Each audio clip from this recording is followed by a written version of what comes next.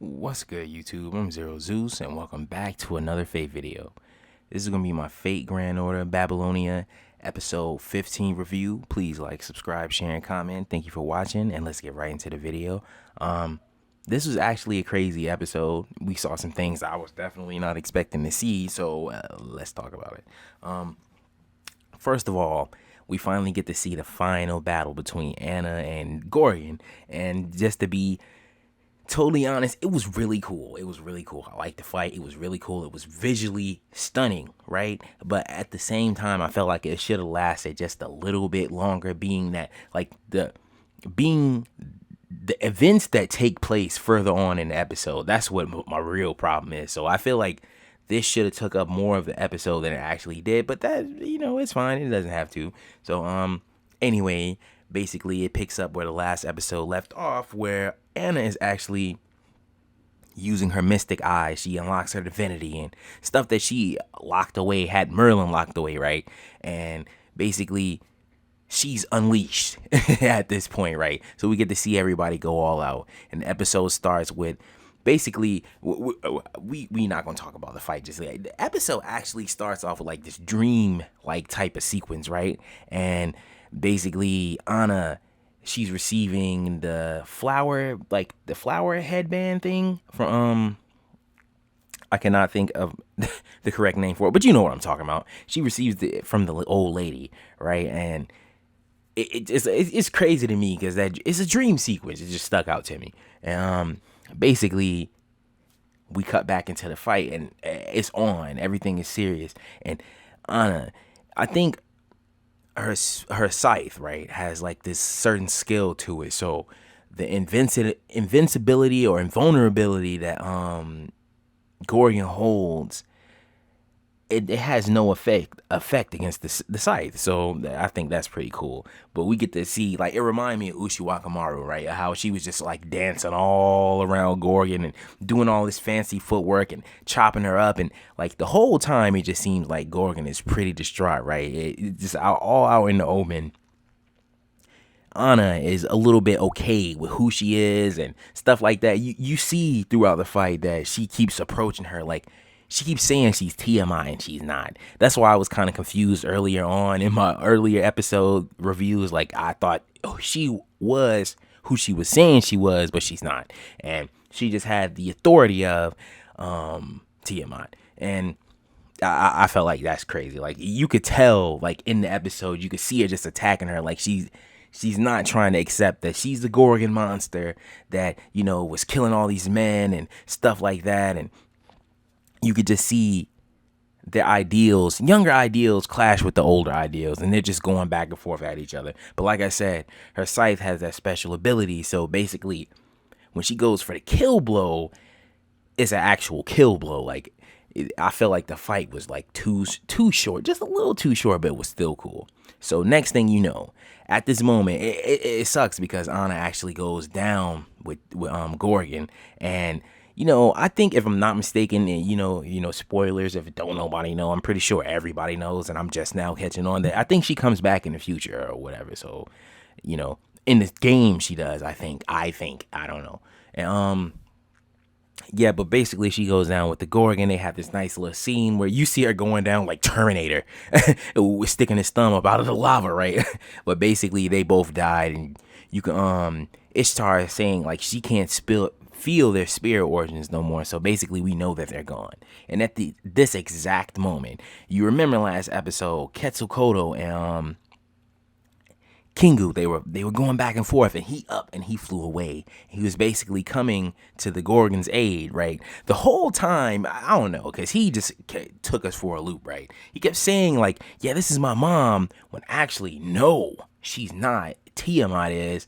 It kind of led you. If you didn't know about the games and sort of like the lore behind some of this stuff, you were kind of lost, But yeah, so basically he breaks through the roof, and he immediately jumps at, he notices what's going on. You think that he's attacking them and he's mad because they killed his mother, right? You would think that he was coming there to protect her, right? That's what it seemed like. But eventually we figured out that Kingu, he eventually was going to end up killing her for his mother's sake, for Tiamat's sake, right? And I don't know, he just had like this little weird thing where he was just feeling like, well, maybe I guess he just wanted her grant her one wish. That's what he wanted to do, I guess. But either way, ultimately he was gonna get rid of her. Like, so it was a means to an end, her doing all this stuff that she was doing. And the demonic beast up to this point are so much more different than the ones that we got in this episode.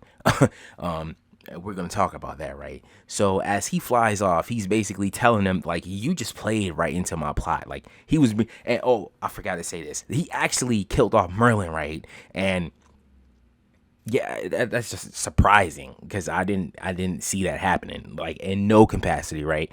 And he basically get rid of Merlin, and he flies away, and they're going after him, but they, like, throughout the fight, they're basically talking about Tiamat and what's going on with her, and they just keep showing these little glimpses of her, and they actually keep showing these little supposedly the beings that you see in this episode are supposed to be like really close to Enkidu, not like in the way that they look, I guess, but the way that they are and the power and stuff like that, and blase. And I just wanted to say they were pretty creepy. That's what I wanted to say. They were just talking like little kids and stuff, and they were just tearing everybody apart. Like Fate, Grand Order Babylonia just turned to like a whole zombie apocalypse or something. Like, they were just running around impaling people, and it's crazy because a lot of people died in this episode. A lot of characters just like first of all, like the big bads of the last episode basically caught that oof. That's like, and another thing. Since we're on to this, I like how, Quetzalcoatl, everybody's fighting together. Uruk really can't do anything. They really can't do anything. If they try to fight back, they are immediately killed. And one thing I wanted to talk about, I'm so happy that this frame popped on the screen, is that those little guys killed Kingu. That's what it looked like. I don't know if they're going to stab him and maybe somebody's going to help him or something, but I think it's pretty much a done deal for him. And it's kind of whack that they killed him.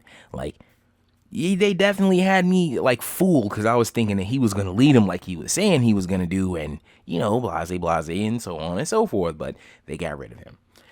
So yeah, that's happening.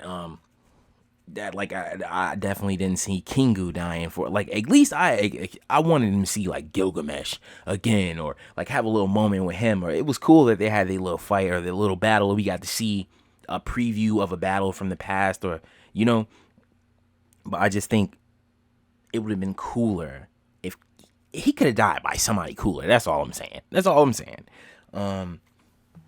But yeah, this episode was basically, it was alright. I feel like the final battle between Gorgon and Anna was like it should have been paced out more, but it's all good. Like, it was pretty good. It was alright. And the only thing that was wrong in this episode to me is that Kingu died by these things. Like, I don't know. That just kind of just drove home up. Like, really, just like made you super mad. Like, whatever. Basically, the episode ends right there. Kingu is basically impaled, and that's the end of the episode. And that's crazy, right? You're thinking like he's talking all tough, right? And basically making it seem like, yeah, it's over for you guys. I got a whole army behind me and everything, and then they just attack him because I think he said he was like really boring or something like that. I'm like, man, that's a way to go, right?